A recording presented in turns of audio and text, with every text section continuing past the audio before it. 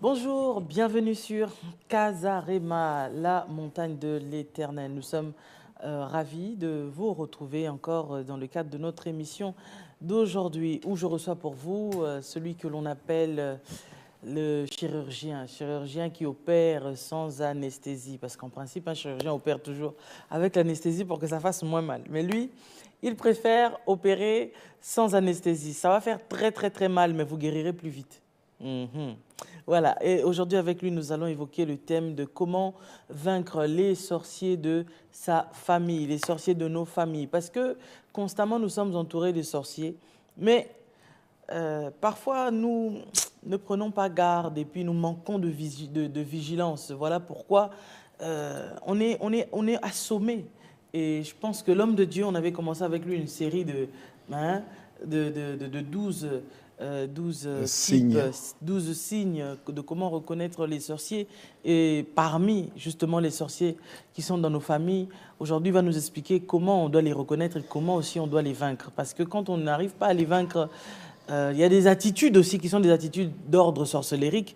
Et si donc vous ne prenez pas conscience que cette attitude-là, quand tu remarques ça, c'est une attitude de sorcier, il faut impérativement prendre des précautions pour éviter que tu aies des problèmes en fait dans ce que tu entreprends, dans la famille, dans la belle famille, etc.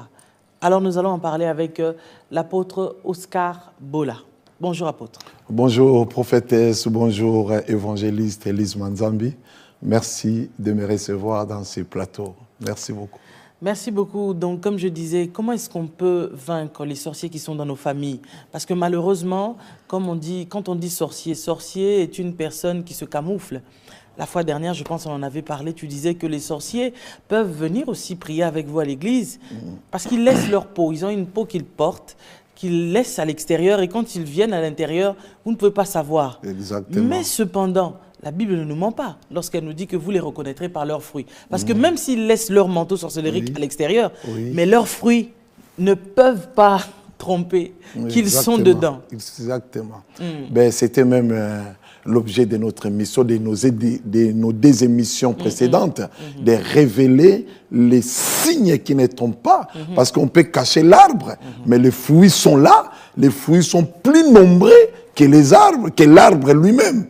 Donc, oui, nous pouvons toujours les reconnaître, nous pouvons toujours les localiser et nous pouvons toujours les scanner et savoir qui est qui par rapport à leurs signes ou à leurs caractéristiques. Exactement dans nos familles dans lesquelles nous nous marions, les familles dans lesquelles nous vivons, il y a des sorciers, il y a des œuvres de la sorcellerie, il y a des actes de la sorcellerie qui sont néfastes, qui détruisent des familles, qui détruisent des projets, qui détruisent l'avenir de plusieurs. Et il est important qu'on parle de cela. Et je pense à quelqu'un qui est victime, à celui ou à celle qui est victime de cela, où elle est en train de vivre ces choses. Je pense que cette émission vient vraiment à un bon moment pour résoudre les problèmes-là, savoir comment vaincre la sorcellerie. N'oublie pas, prophétesse Elise, dans chaque famille, j'aime répéter ça, dans chaque famille, il y a au moins un sorcier. Dans chaque famille, dans ta famille, il y a au moins un sorcier. Et dans la famille de ta femme, de ton mari, il y a au moins un sorcier. Et c'est pourquoi il est important de savoir, dans la famille à laquelle vous vous engagez, il y a des sorciers. Il ne faut pas rentrer dans cette famille-là désarmé, sans armes pour combattre et vaincre la sorcellerie. C'est ça les règles de plusieurs. Ils rentrent dans une famille, ils rentrent dans un mariage sans les armes adéquates pour détruire, démolir la sorcellerie en question. Alors que la sorcellerie existe de façon réelle. Et dans cette émission, Lise, nous allons essayer d'approfondir pour montrer comment vaincre cette sorcellerie-là des familles. Merci beaucoup. Alors, c'est vrai, très souvent, dans nos familles, nous avons des sorciers qui nous guettent. Ils nous guettent sous plusieurs angles. Dans l'angle, par exemple, marital surtout, ça fait partie des angles où les gens sont tellement combattus. Tout à fait. Donc, on va peut-être pas apprécier la femme que tu veux marier ou que tu as mariée. On va te combattre au point où le sorcier, comme il est bête, il va estimer que vaut mieux qu'on te tue. Comme ça, en fait, tout le monde est perdant, y compris la femme, en fait, qui vit avec toi. Oui. Comment agir avec ce type de personne? Prophétesse, tu vois, il faut essayer un peu de... dissocier. Oui, de dissocier et de commencer un peu doucement. Après, nous allons aller dans toutes les directions. D'accord. Ça, c'est quelque chose, il faut que quelqu'un comprenne. La sorcellerie a pour objectif de détruire des vies, de détruire les projets. Et la sorcellerie n'a pas besoin, n'a pas intérêt de quitter ta famille. Parce que dans ta famille ou dans la famille de ton conjoint ou de ta conjointe, là je suis dans le cadre marital comme a dit prophétesse, cette sorcellerie-là est héréditaire, est en quelque sorte un hôtel qui est dans cette famille-là. Et cette famille, la sorcellerie de cette famille pousse à aimer pas n'importe quelle femme. C'est la femme qui a une identité facile de faire propager leur sorcellerie, de continuer leur sorcellerie. Un mari, un homme qui a des dispositions pour que la sorcellerie continue à se propager. Parce que la sorcellerie a pour but de contrôler la famille, de contrôler l'argent qui est dans la famille, de contrôler les projets, même les enfants que vous aurez. Voilà pourquoi ils agissent de cette façon-là. C'est pourquoi, quand vous rentrez dans une famille, je répète, vous avez besoin des armes. Pourquoi? Parce que la Bible dit, tu ne laisseras pas vivre la sorcière. Et quand vous rentrez dans une famille, vous laissez vivre les sorciers ou la sorcellerie qui est dans cette famille-là, c'est vous qui serez victime, c'est vos enfants qui seront victimes, c'est votre mariage qui sera victime. C'est pourquoi tu as besoin des armes. Et là, nous allons révéler les armes, quelques armes très importantes qui ne ratent pas. C'est plus que les armes que l'Ukraine cherche contre Poutine. Les armes qui ne ratent pas pour détruire cette sorcellerie-là dans la famille.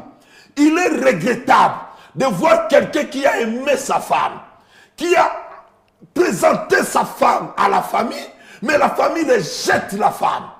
Et si la personne arrive à marier la femme, mais la famille va chercher à détruire ce couple-là par la sorcellerie. Et il faut que celui qui se marie soit armé pour combattre dans le plan marital la sorcellerie qui est en face de lui ou en face d'elle. Je vais révéler le premier arme. Parce que vous devez comprendre, ton mariage est la chose la plus importante dans ta vie. Tes enfants sont, je ne vais pas dire la chose, les personnes plus importantes pour lesquelles Dieu t'a envoyé sur cette terre. Tes enfants à toi. Si tu vas protéger, si tu as quelqu'un à protéger, c'est d'abord ta femme et tes enfants. Maman, si tu as quelqu'un à protéger sur cette terre des hommes, d'abord ta femme, ton mari, tes enfants. Alors, les protéger, ce n'est pas seulement leur donner une bonne éducation scolaire universitaire, mais c'est beaucoup plus les protéger contre les attaques de la sorcellerie de la famille. Ça, c'est des choses très importantes parce que j'ai vu dans mon ministère quelqu'un avec 7 diplômes universitaires des États-Unis. On me l'amène. Après 7 ans d'avoir décroché son dernier diplôme, il n'avait pas de travail. C'est l'œuvre de la sorcellerie. Ils l'ont bloqué. Et j'ai prié pour lui. Dieu l'a délivré. C'est l'œuvre de la sorcellerie. Et une telle personne, regarde comment la sorcellerie fait des dégâts dans sa vie. Alors je vais commencer à donner les armes sur le plan marital. L'homme pour l'homme et pour la femme. Quand vous rentrez dans une famille, la Bible dit, personne ne peut entrer dans une maison, prendre dans cette maison-là sans avoir lié les géants, l'homme fort de cette maison-là. C'est ça le problème. Avant de rentrer dans une famille, vous devez localiser l'homme fort, L'homme fort, là, je parle, ce n'est pas quelqu'un qui a une grosse poitrine, qui est géant. Non, sur le plan spirituel, quelle est la sorcellerie dans cette famille? Quelle est la personne qui tient la locomotive de la sorcellerie de cette famille-là? Mais ça, c'est des choses qu'on ne se pose pas. On ne se pose pas cette question-là. Quand on est amoureux, on est pressé. Justement, ce que je veux dire. Parce que je suis amoureux de ma femme, je suis amoureuse de mon mari. On ne se pose pas la question. C'est ça le problème. On ne prie pas. Si Jacob avait pris le temps de localiser l'homme fort et la sorcellerie de la famille de Laban, il ne serait pas sorti avec deux femmes. Il serait sorti seulement avec Rachel. C'est ça les règles. Continuons. Localiser. Même si vous ne pouvez pas le localiser comme ça, mais votre prière, vous devez savoir que dans cette famille de mon mari, de ma femme, il y a un homme fort, il y a un géant. Il est là parce que dans chaque famille, il y a au moins un sorcier. Et ce sorcier-là, c'est lui, c'est elle, l'homme fort. Donc, avant de rentrer, prenez le temps de prier, de détruire l'homme fort là, de le paralyser, de l'anéantir dans la prière. Prophétesse, je vois les gens quand ils préparent leur mariage, à moi aussi c'était le cas il y a 33 ans. Qu'est-ce qu'il faut? Ils regardent les robes, les chaussures et tout, et les salles, et voilà. Mais ils ne regardent pas le côté spirituel. Or, dans le mariage, c'est ce côté spirituel-là qui va combattre votre couple. Donc, première arme, localiser l'homme fort de cette famille-là. Cet homme fort-là peut être une femme, peut-être la tante, peut-être la sœur, peut-être son père, peut-être sa maman. Et vous la brisez, vous la néantissez dans la prière. Même si vous ne connaissez pas son nom. Mais votre prière est très importante. Ça, c'est la première arme. Localisée dans la famille de votre conjoint, de votre conjointe, la sorcière. Et la Bible dit, tu ne laisseras pas vivre la sorcière. C'est que Dieu t'a déjà donné le pouvoir, la capacité de le tuer. Tu peux le tuer en le rendant inapte vis-à-vis de toi. Inapte spirituel. Donc, il ne peut rien faire contre toi. Il est inapte, il est détruit, paralysé. Deuxième arme. L'histoire d'Isaac. Son propre père Abraham prend le couteau pour le tuer. Je prends cet exemple biblique pour te ramener comment vaincre cette sorcellerie-là dans ta famille. Il prend le couteau pour le tuer.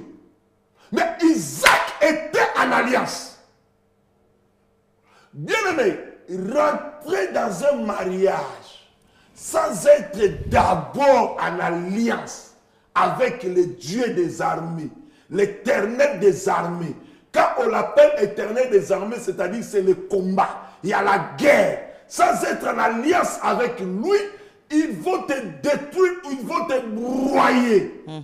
Ça, c'est la chose aussi la plus importante. Ne rentre pas dans un mariage sans être en alliance avec Dieu. Le problème, ce n'est pas ton mari.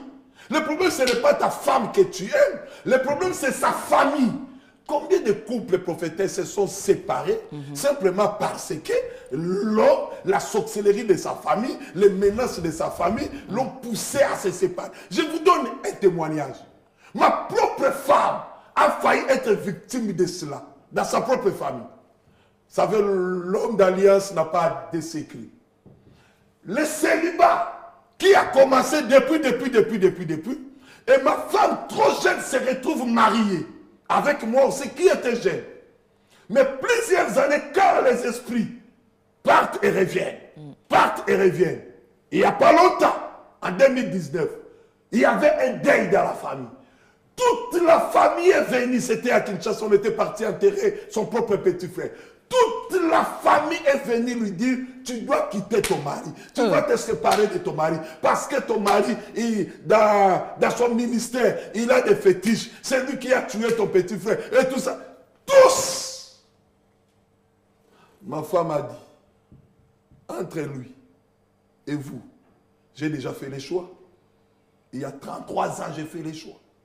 Je reste attaché avec lui. Au jour d'aujourd'hui, ma femme n'a plus contact avec un membre de sa famille. Voyez la sorcellerie? Là, c'est pour qu'elle reste célibataire comme tous les autres. Ça, c'est la sorcellerie. Et si moi, de mon côté, je n'avais pas déjà détruit les géants de ma famille allait s'élever parce que ma famille avait bougé un tout petit peu. Non, cette femme... Ah! Chaque année, les bracara. Si tu veux mourir, rentre dans cette affaire. Oui.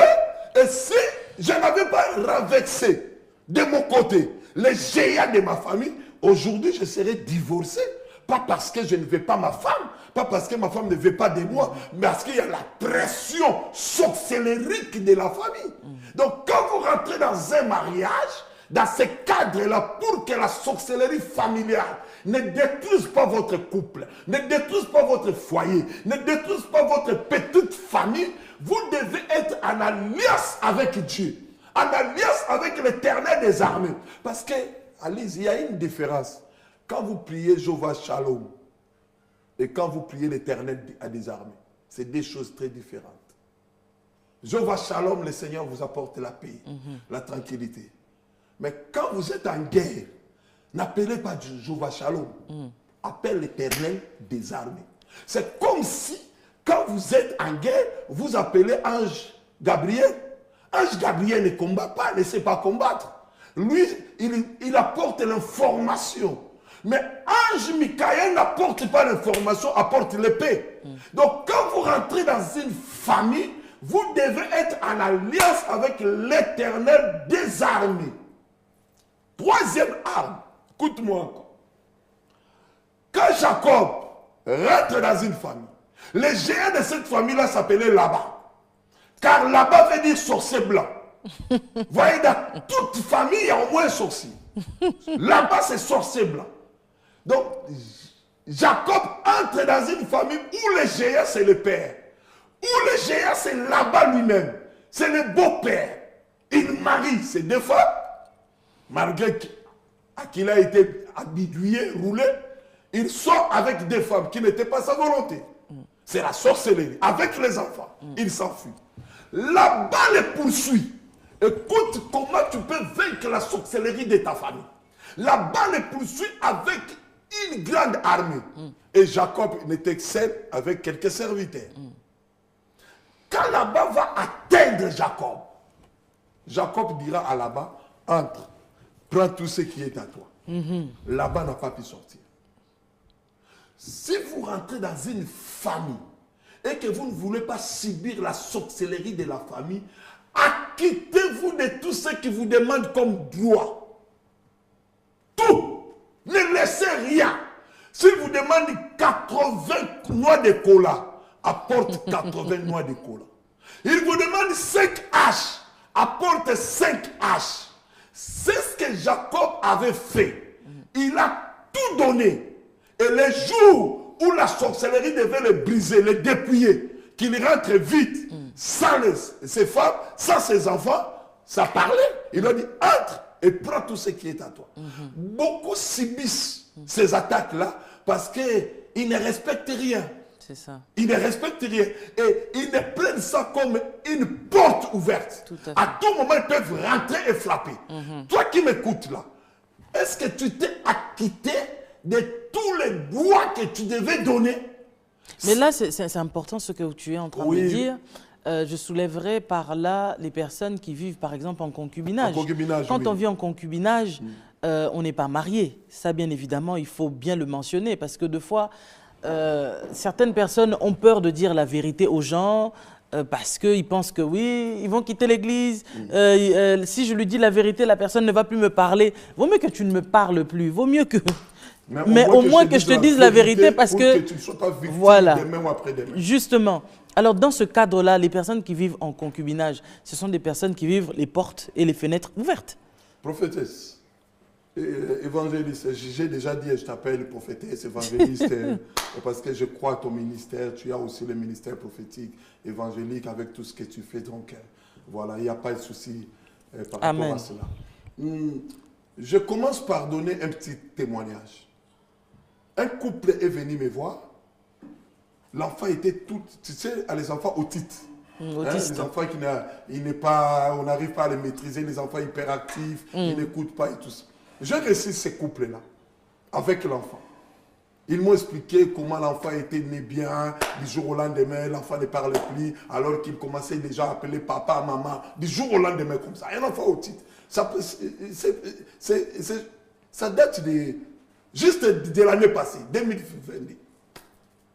Quand je les ai réussis, et pendant qu'ils ont fini de m'expliquer, j'ai dit, bon, prions, je vais prier pour l'enfant. Dès que je commençais à prier, Dieu de grâce, Dieu m'a dit, arrête. Arrête. Pose cette question à ces messieurs. Comment tu as eu cette femme? Je pose la question. Comment tu as eu cette femme? Une longue histoire. Voilà. Il y avait déjà un problème là-dessus. Est-ce que tu t'es acquitté de tout? Je dis non. Je dis le problème c'est là. Parfois, ils vont vous poursuivre juste pour des sandales. Le problème c'est là. Et je lui ai dit, va t'acquitter de tout et tu reviens me voir. Il va dormir. Parce que je lui avais dit, Dieu va t'expliquer ces choses encore de façon plus profonde. Il va dormir, il voit l'oncle de la dame. Et lui, il appelle son fils. Je donne un prénom à son fils. Jonathan. L'oncle aussi appelle son fils. Jonathan se détourne de monsieur. Va vers à l'oncle. Il m'appelle papa. Et regarde les rêves que je vais vivre. Et c'est ça. Tu n'as aucune autorité pour protéger tes enfants. Car ces enfants-là ne t'appartiennent pas. Aussi longtemps que tu ne t'es pas acquitté de la dot, de tout ce que la famille t'a demandé. Alors, rapidement, on a une question en ligne. Oui. Il y a une sœur, Gloria Blessing, qui dit, apôtre, moi je me demande, qu'en est-il des familles qui demandent des dots énormissimes que le fiancé ne peut payer? Il faut payer. Même si c'est énorme. Tout ce qu'ils te demandent est énorme. C'est-à-dire, ils ne veulent pas de toi dans leur famille. S'ils ne veulent pas de toi dans leur famille, vas-y. Ce n'est pas ta femme à toi, ce n'est pas ton mari à toi. Si c'est ta femme à toi, ton mari à toi, Dieu te donnera des possibilités à payer cela. Jacob en a fait 14 ans. Est-ce que tu peux marier une femme avec un salaire de 7 ans, de 7 années? C'est énormissime ce qu'on lui a demandé. Il s'est acquitté. J'ai dit à ces messieurs-là, à cette dame-là, d'autres énormissimes qu'il paye. C'est que toi aussi, la femme, tu es énormissime.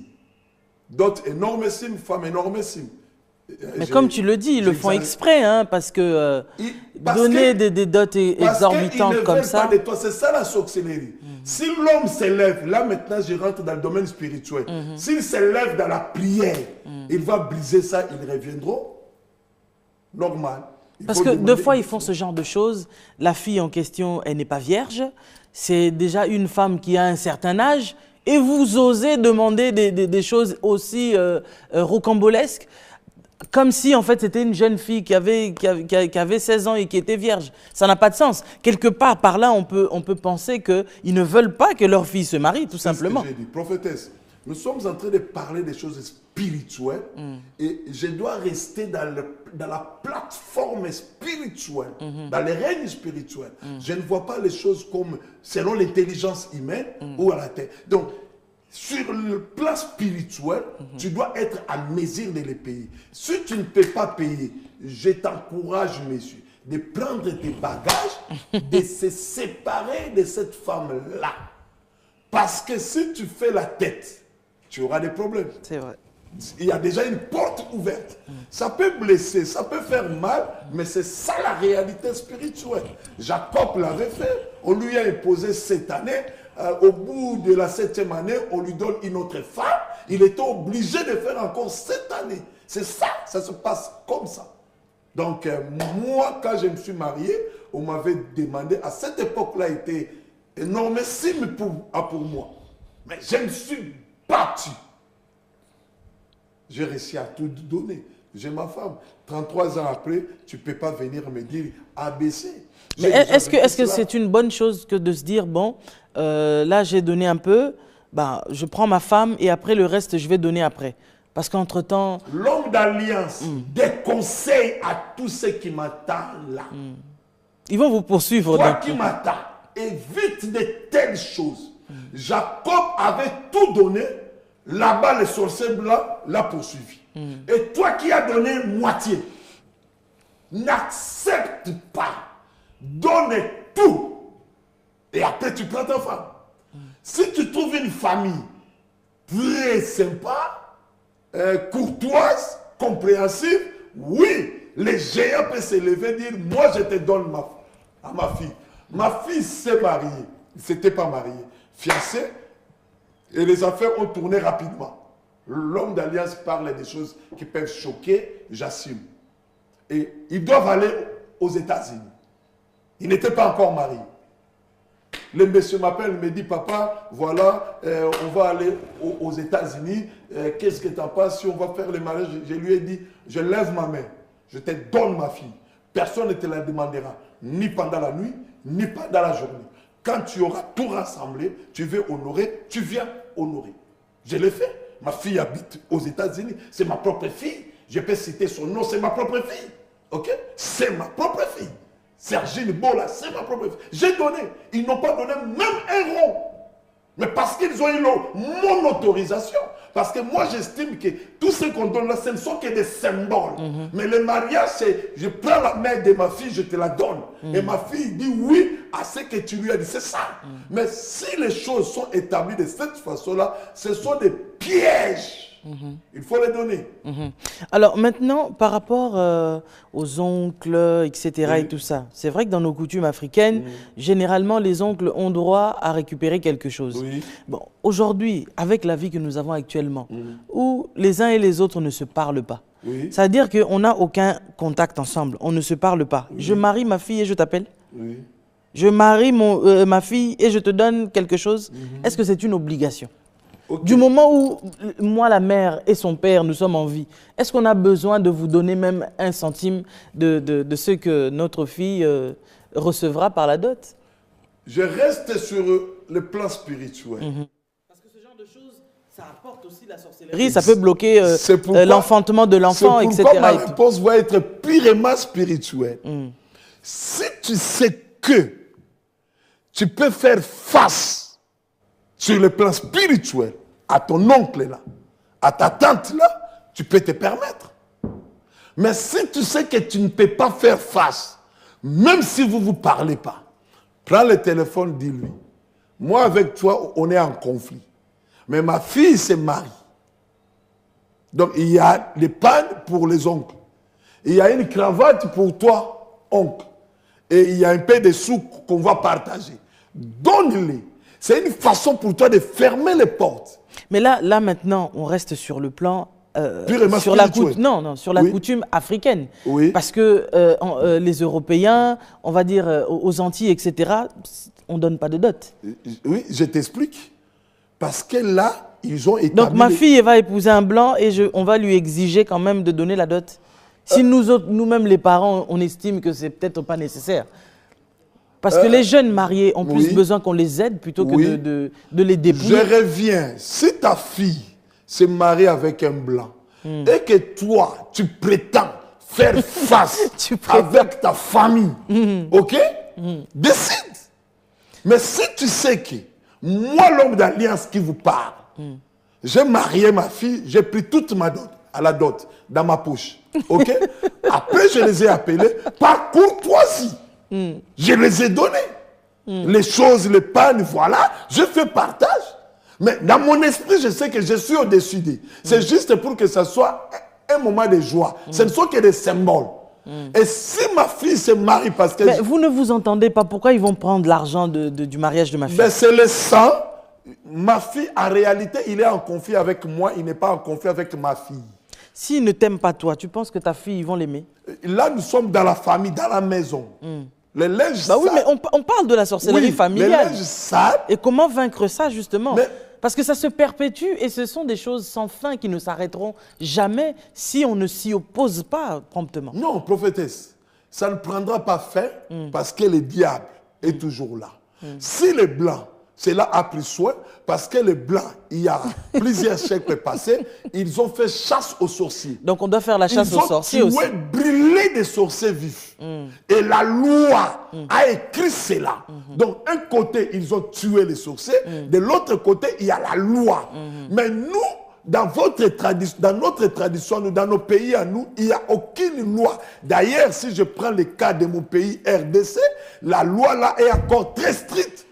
Très stricte, que tu dois donner la dot, et la dot de 500, de 1000, je ne sais pas, ça fait des sujets de débat dans les années, je ne sais pas, quelques mois ou dans un temps pas lointain, là, ça crée des débats. Nous, déjà, dans notre constitution, pour le Congo RDC, Afrique, pour les Africains en général, ça existe. Si aux Antilles, ça n'existe pas, bravo, et j'encourage ça, il n'y a pas de souci. Mais dans nos familles à nous, évitez, toi qui m'écoutes, de prendre la dot que pour ta fille.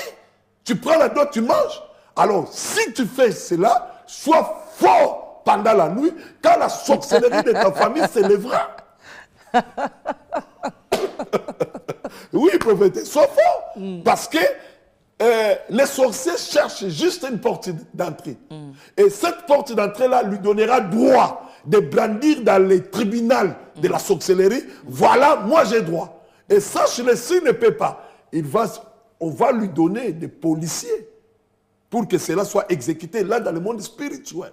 Donc, quand vous abordez le cas de la sorcellerie dans la famille, n'oubliez pas, soit quelqu'un qui respecte les principes spirituels, ça te donnera du poids, ça te donnera des armes, soit dans l'alliance. Quand tu rentres dans cette famille-là, et tu sais que l'alliance ne blesse personne. L'alliance met tout le monde à l'aise, ça te permet de te protéger. Parce que dans l'alliance, tu es dans les principes divins. Dernière chose. Ils devraient quand même avoir honte eux-mêmes aussi de chercher à percevoir quelque chose alors que vous n'avez ni contribué en quoi que ce soit, ni dans l'éducation. Quand j'ai galéré avec mes enfants, vous n'étiez pas là, vous ne m'avez pas donné un centime. Et pour l'argent de la dot, vous allez ouvrir vos yeux et demander quelque chose. J'aime beaucoup, évangéliste, c'est ta façon intello, ta façon cartésienne de voir les choses.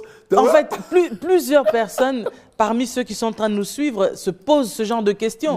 Et donc, moi, représentant ces personnes, j'essaye de vous poser ces questions. La sorcellerie ne voit pas de façon cartésienne là, de façon intellectuelle là. La sorcellerie ne voit pas ça. La sorcellerie tient à détruire. Et il cherche une porte pour entrer. Mais et toutes ces personnes qui vivent en concubinage, sans avoir donné même pas un seul centime, qui font leurs enfants tranquillement, enfin, qui leur réclament quelque chose? Non, il y a des volets dans ces choses-là.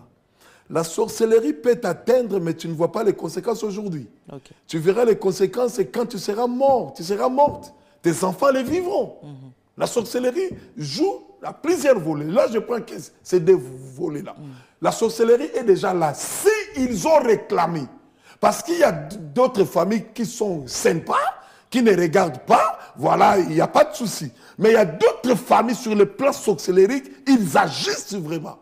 Et là, tu vois, ils sont en concubinage, ils vivent bien et tout tranquillement. Mais tu ne sais pas ce qui est déjà fait. Les enfants ne leur appartiennent pas. Les enfants n'appartiennent pas à ces messieurs-là. Ils appartiennent au monde spirituel de la famille. Parce que le monsieur ne s'est acquitté de rien. En réalité, les enfants ne l'appartiennent pas. Les enfants sont comme des poules dans le poulailler. Dans le poulailler. Et le jour où ils en auront besoin, ils vont prendre. Ça, c'est le premier volet. Deuxième volet, c'est que les messieurs, la dame, ne sont pas dans une famille où la sorcellerie règne. Simplement ça. Tu sais, dans une maison, tu rentres, tu dors tranquillement. Dans une autre maison, tu rentres, tu ne dors pas tranquillement. Mais est-ce que vous ne pensez pas que très souvent, les sorciers aiment attaquer les gens qui veulent s'engager?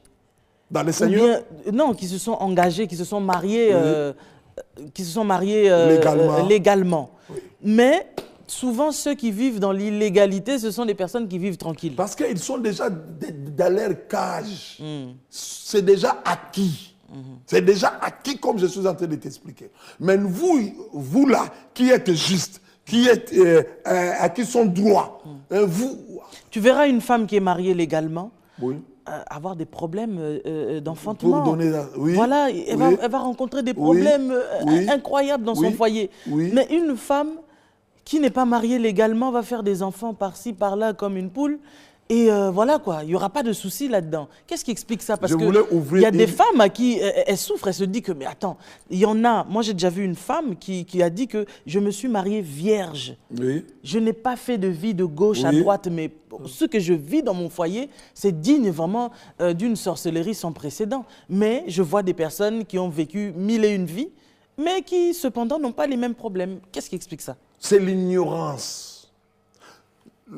Les gens pensent, parce que je suis vierge, je vais accoucher facilement. C'est l'ignorance. Parce que je me suis marié légalement, j'ai respecté de bout en bout. Les diables, la sorcellerie ne voit pas des choses de cette façon-là. L'innocence là que tu es en train de prôner, moi je me suis marié vierge, les diables, la sorcellerie n'écoute pas ça.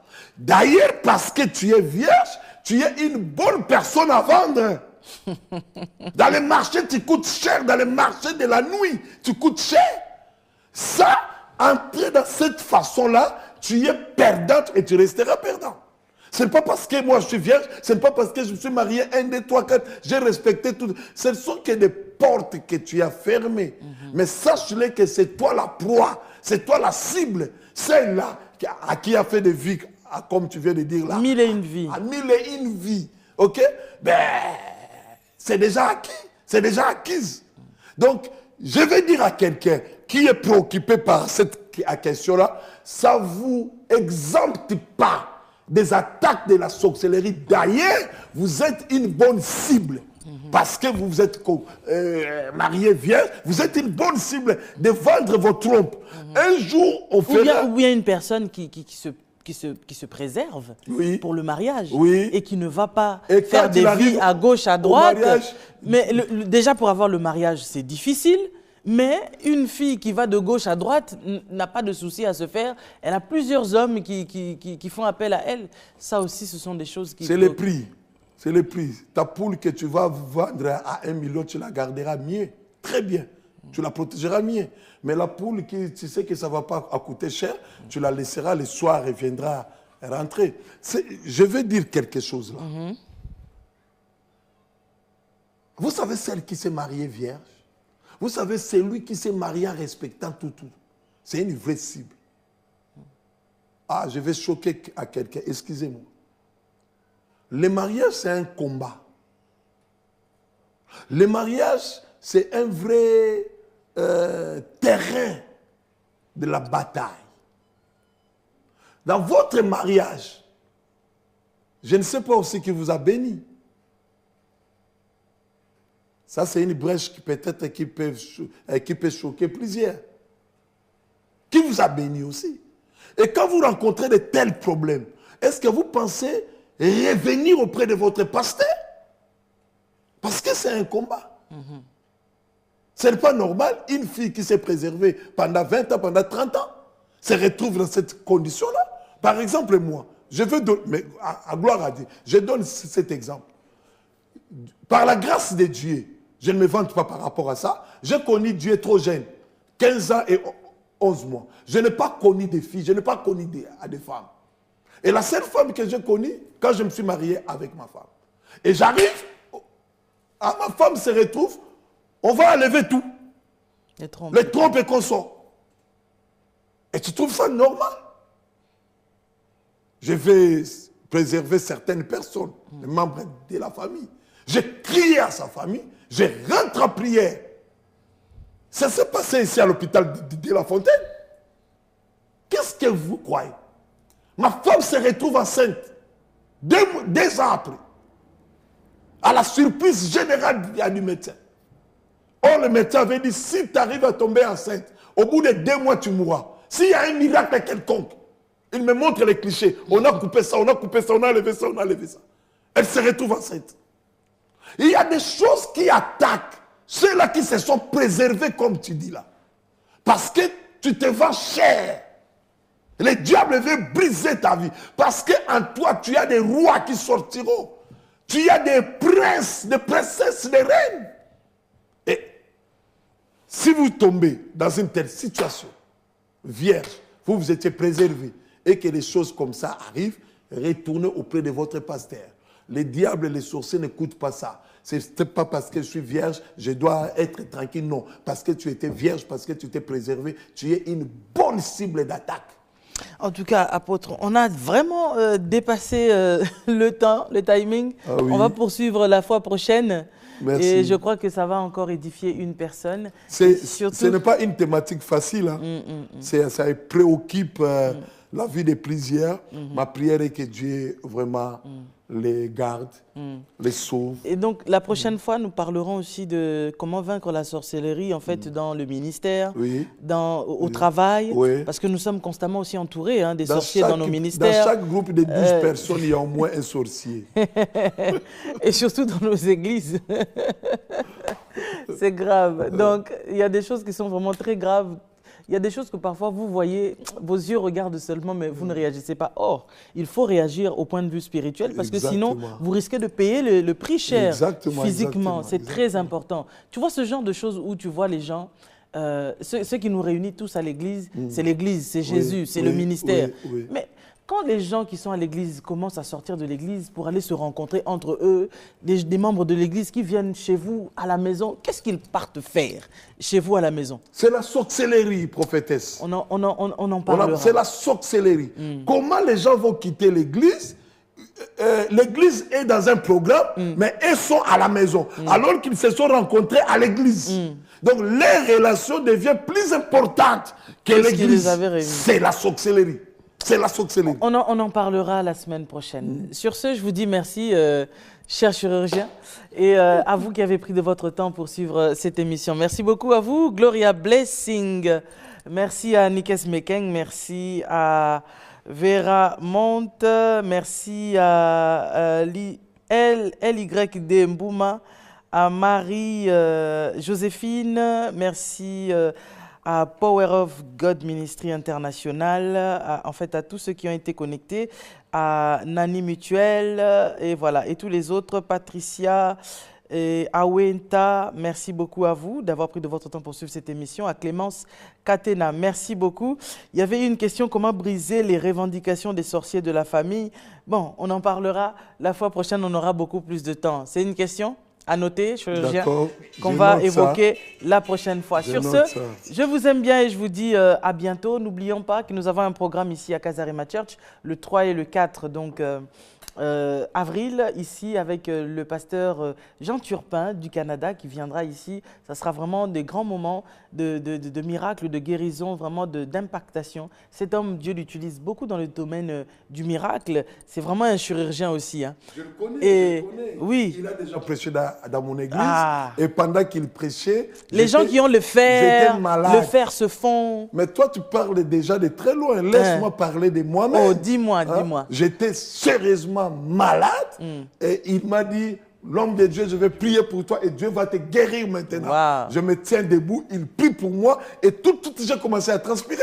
Wow. Et j'étais complètement guéri, Wow. Cet homme, il est brave, il fait une œuvre grandiose dans le corps du Christ. Voilà. J'ai été aussi avec lui à Kinshasa en 2014. C'est un grand homme. Wow. Ne manquez pas à ce séminaire. Je t'invite, moi aussi, je serai là. Merci beaucoup. Alors, on compte sur vous, à tous ceux aussi qui sont très loin et qui ne peuvent pas être sur place. Soyez connectés. Sandra Kavoul, merci à vous. Et merci à tous ceux qui nous portent vraiment. N'oubliez pas le programme. Soyez là. Que Dieu vous bénisse. Donc, à bientôt. Ciao. À bientôt. Shalom, shalom. Merci. Merci, shalom, shalom. Merci beaucoup. Tous ceux qui ont du métal, levez-vous. Est-ce que tu vois de l'amélioration? Oui. Là, ils sont disparus à gauche? Oui, je sais. Come on, amen. Vous allez voir les miracles de Dieu. En avril, Casarema Church vous présente le pasteur Jean Turpin. Tous ceux qui ont du métal, levez-vous. Est-ce que tu vois de l'amélioration? Oui. Là, ils sont disparus à gauche? Oui, je sais. Come on, amen. Vous allez voir les miracles de Dieu. En avril, Casarema Church vous présente le pasteur Jean Turpin. Rendez-vous le lundi 3 et le mardi 4 avril pour 2 grands jours de miracles, guérison, puissance et délivrance. Venez et soyez impactés par la gloire de Dieu. Connaissez-vous des gens qui ne sont pas sauvés, qui sont malades? Invitez-les. Cet événement aura lieu à 18 h dans la salle de l'église, au 420 Clos de la Courtine à Noisy-le-Grand. Sa gloire va éclater.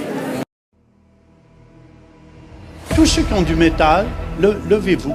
Est-ce que tu vois de l'amélioration? Oui. Là, ils sont disparus à gauche. Gauche ici.